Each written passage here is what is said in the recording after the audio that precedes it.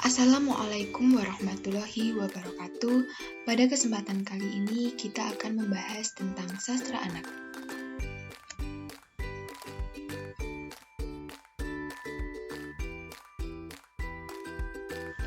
Kami dari anggota kelompok 8 yang beranggotakan Ade Putri Abrianti, Dani Setiawan, Latifah Anisawati, Rismawati Putri, dan Titik Indrianti. Materi sastra anak, yang pertama ada pengertian sastra, yang kedua ada hakikat sastra anak, yang ketiga ada ciri-ciri sastra anak, yang keempat ada fungsi sastra anak, yang kelima ada jenis-jenis sastra anak, dan yang terakhir yaitu permasalahan sastra anak. Pengertian sastra. Menurut Sumarjo dan Sani tahun 1997, sastra adalah ungkapan pribadi manusia berupa pengalaman, pemikiran, perasaan, ide, semangat, keyakinan dalam bentuk gambaran konkret yang membangkitkan pesona dengan alat bahasa. Pengertian umumnya, sastra adalah ungkapan ekspresi manusia berupa karya tulisan atau lisan berdasarkan pemikiran, pendapat, pengalaman, hingga keperasaan dalam bentuk imajinatif, cerminan kenyataan atau data asli yang dibalut dalam kemasan estetis melalui media bahasa. Hakikat sastra. Sastra anak adalah bentuk kreasi imajinatif dengan paparan bahasa tertentu yang menggambarkan dunia rekaan, menghadirkan pemahaman dan pengalaman yang mengandung nilai estetika tertentu yang dibuat orang dewasa ataupun anak-anak. Maka dari itu, sastra anak bisa berupa hasil karya orang dewasa, tetapi isi ceritanya mencerminkan perasaan dan pengalaman anak-anak.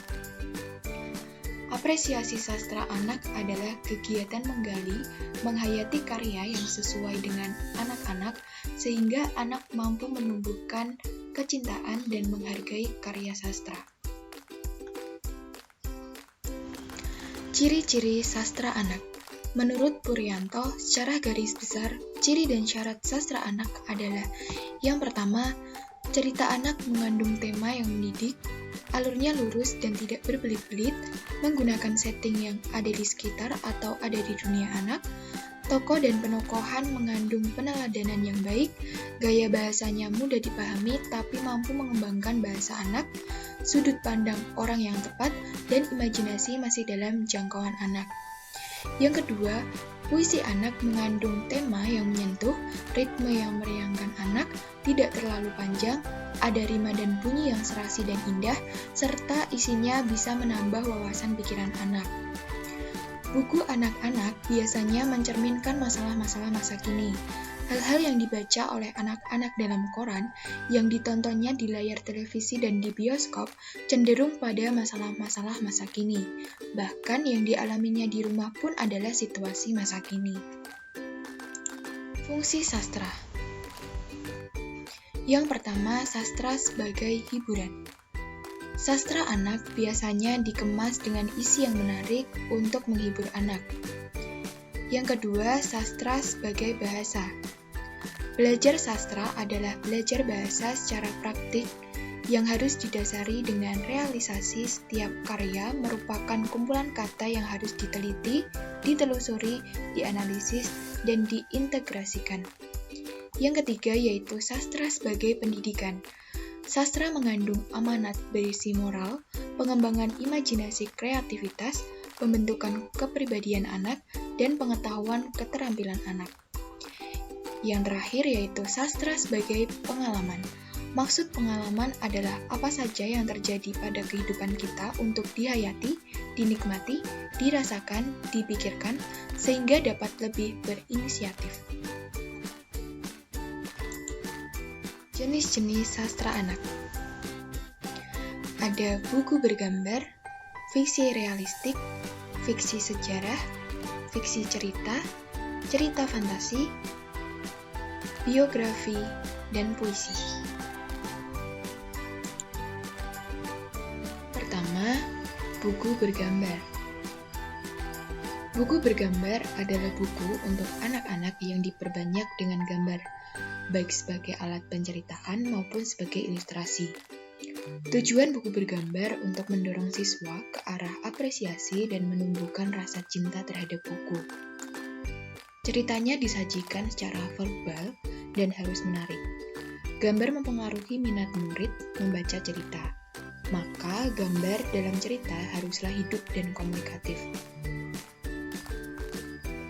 Contoh buku bergambar seperti yang ada di bawah ini.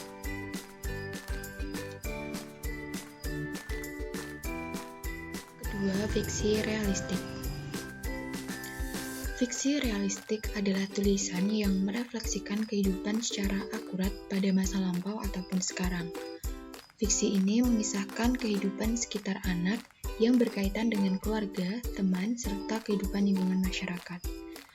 Fiksi realistis biasanya melibatkan cerita yang latar dasarnya, waktu dan lokasi di dunia adalah nyata dan kejadian-kejadiannya dapat terjadi secara layak dalam pengaturan dunia nyata. Cerita realistik merupakan cerita dengan isi yang mengarahkan anak pada proses pemahaman dan pengenalan tentang alam, lingkungan, serta pengenalan perasaan dan pikiran baik tentang diri sendiri atau diri orang lain. Berikut contoh fiksi realistis dengan judul Hadiah untuk Nenek.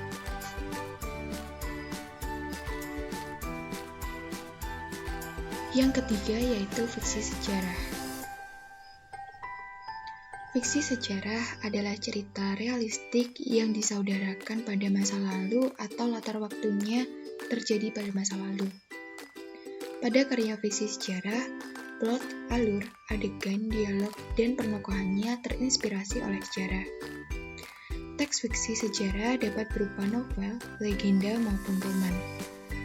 Fungsi fiksi sejarah yang pertama, menambah pengalaman pembaca yang dapat dihayati dari kejadian masa lalu. Yang kedua, perspektif untuk masa depan. Yang ketiga, dapat memberi pemahaman dan kepercayaan adanya nilai kehidupan di masa lalu. Contoh fiksi sejarah yaitu Sang Kuryang, Danau Toba, novel Tenggelamnya Kapal Van der Wijk. Contoh fiksi sejarah di sini ada Hamka, Tenggelamnya Kapal Van der Wijk.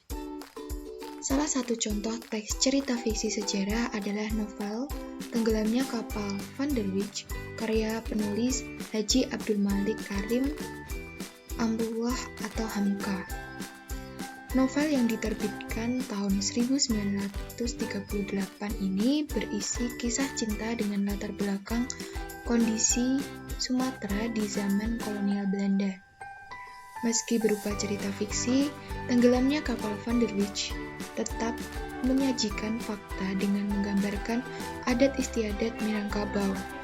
Novel ini juga mengandung fakta sejarah tentang kapal Van der Wijk yang benar-benar tenggelam di perairan Lamongan pada tahun 1936 silam.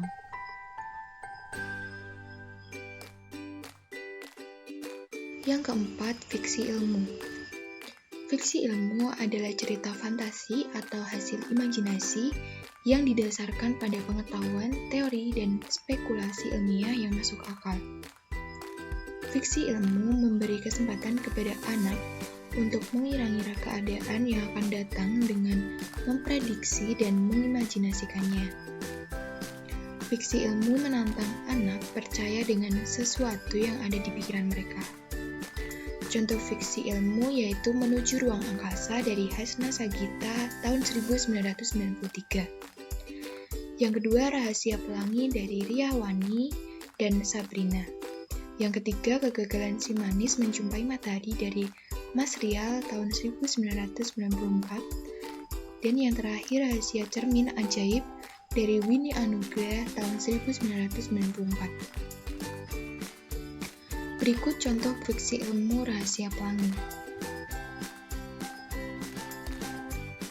Kelima, cerita fantasi. Cerita fantasi merupakan cerita yang berupa khayalan. Cerita ini dapat bersumber dari cerita rakyat, legenda, mitos, serta cerita kemanusiaan lainnya.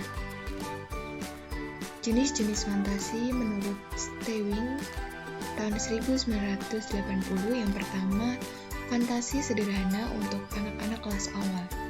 Yang kedua, dongeng rakyat. Yang ketiga, cerita binatang dengan kemampuan khusus, manusia dengan kemampuan tertentu, cerita tentang benda-benda gaib, cerita petualangan, cerita tumbuhan dengan kemampuan khusus.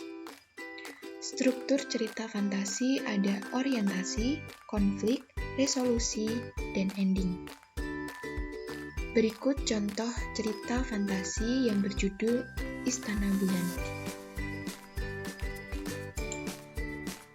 Yang keenam, biografi. Biografi adalah kisah riwayat hidup seseorang yang ditulis orang lain.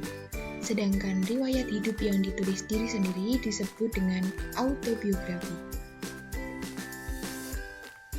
Ciri-ciri teks biografi yang pertama harus membawa suatu informasi berlandaskan kenyataan pada tokoh yang dikisahkan dalam bentuk narasi.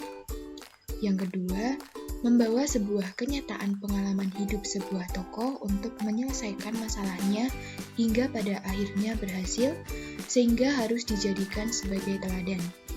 Yang ketiga, teks biografi ini mempunyai struktur yang jelas. Strukturnya terdiri dari orientasi, masalah, dan reorientasi.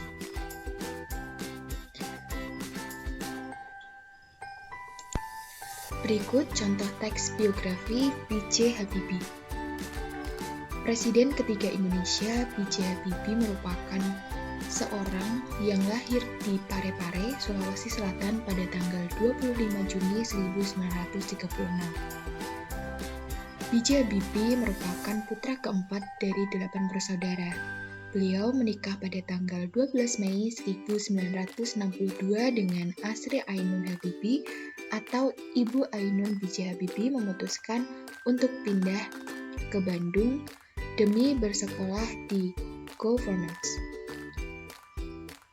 Di sekolah, B.J. Habibie sudah sangat terkenal karena kepintarannya dan memiliki prestasi yang gemilang dalam bidang eksakta.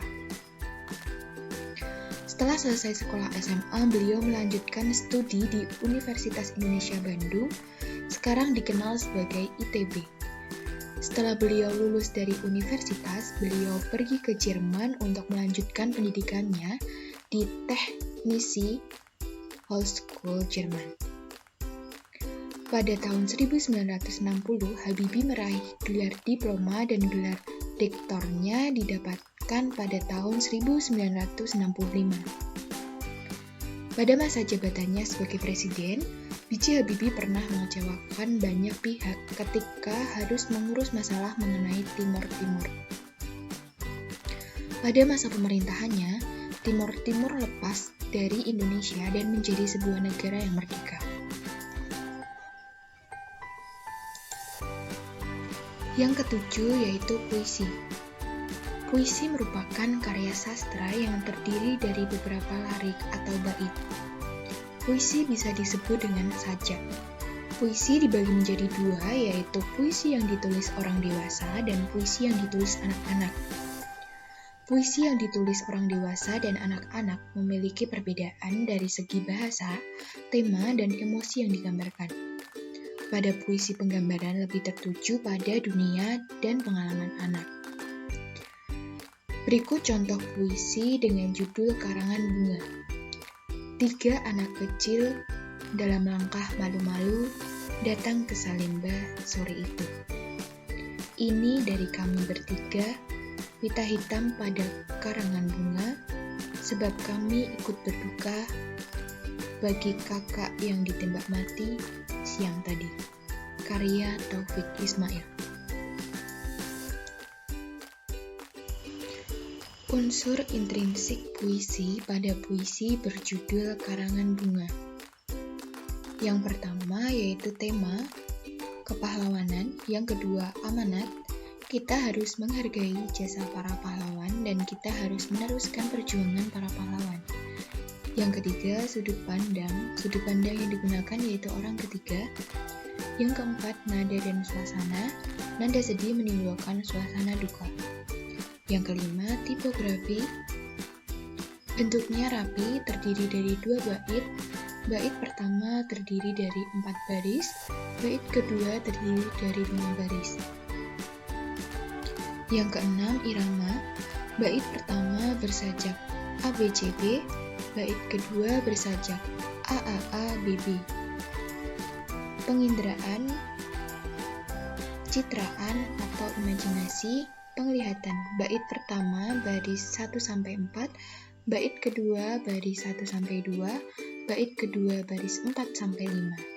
Perasaan, bait kedua baris 3. Yang kedelapan, bahasa. Bahasa yang digunakan yaitu majas, datang ke Salemba, alegori, pita hitam pada karangan bunga, metafora. Permasalahan pada sastra anak. Salah satu masalah besar yang dihadapi sastra anak di Indonesia adalah bahwa sastra itu tidak dianggap sebagai genre tersendiri.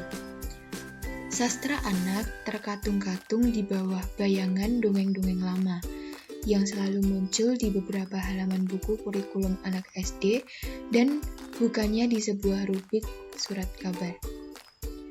Anak-anak memang jarang membaca surat kabar, tetapi kalau sastra anak dianggap serius, seorang ayah yang memiliki anak akan membaca sastra anak juga. Membiasakan anak-anak untuk mencintai literasi sejak dini adalah proses penting bagi pertumbuhan anak itu.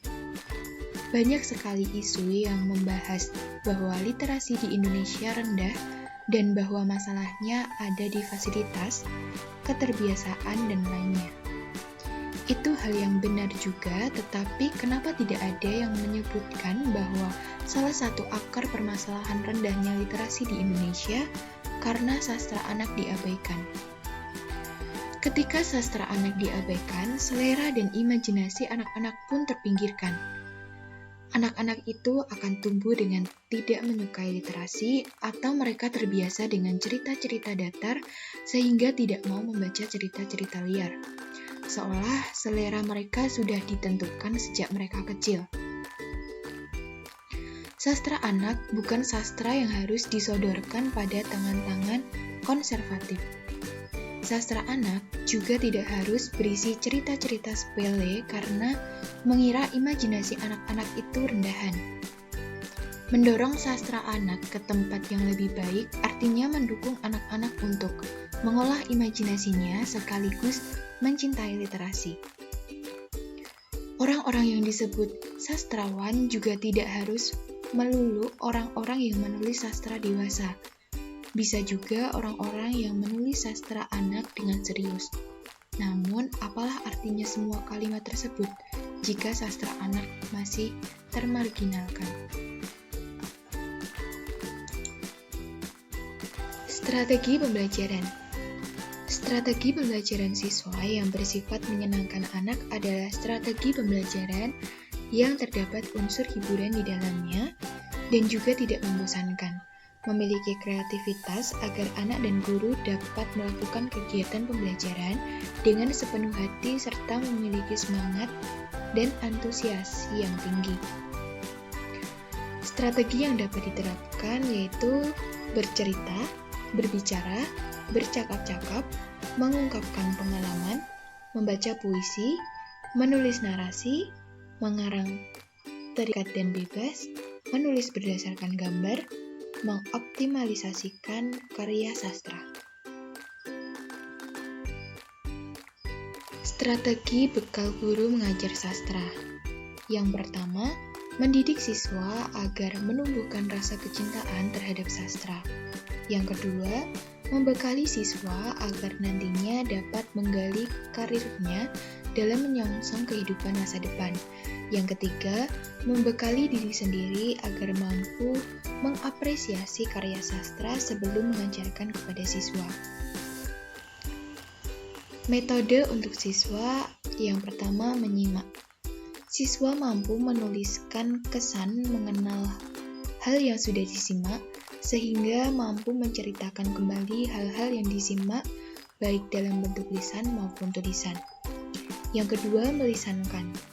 Melisankan dapat berupa kegiatan pembacaan puisi, pembacaan cerita pendek, berbalas pantun, mendongeng, bercerita di depan kelas, berdiskusi, serta melakoni naskah drama. Yang ketiga, membaca. Kebiasaan anak dalam membaca akan memperluas cakrawala pengetahuan anak, mempertinggi wawasan, dan semakin menambah daya asah intelektual. Yang terakhir yaitu menulis. Siswa dapat dibimbing serta diarahkan untuk aktif menulis karya sastra seperti menulis sajak, cerita mini, cerpen, dan naskah drama. Metode pembelajaran puisi. Yang pertama, model sastra. Menurut ahli pendidikan Leslie Strata, terdapat 3 langkah pokok pengajaran puisi, yaitu penjelajahan.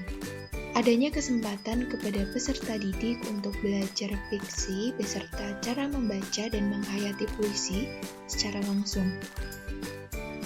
Selanjutnya ada interpretasi, bimbingan guru untuk menafsirkan makna puisi kepada peserta didik.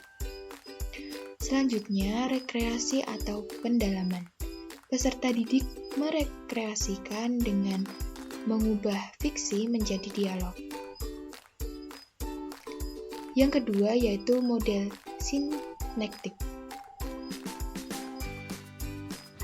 Model sinektik biasanya dikenal dengan model Gordon yang ditemukan oleh William. Gordon merupakan model yang mengupayakan pemahaman karya puisi melalui proses metaforik dengan analogi. Model ini menekankan pada keaktifan dan kreativitas siswa. Dalam proses sinektik diperlukan keterlibatan emosional siswa. Sekian presentasi dari kelompok kami, semoga dapat bermanfaat bagi teman-teman semua.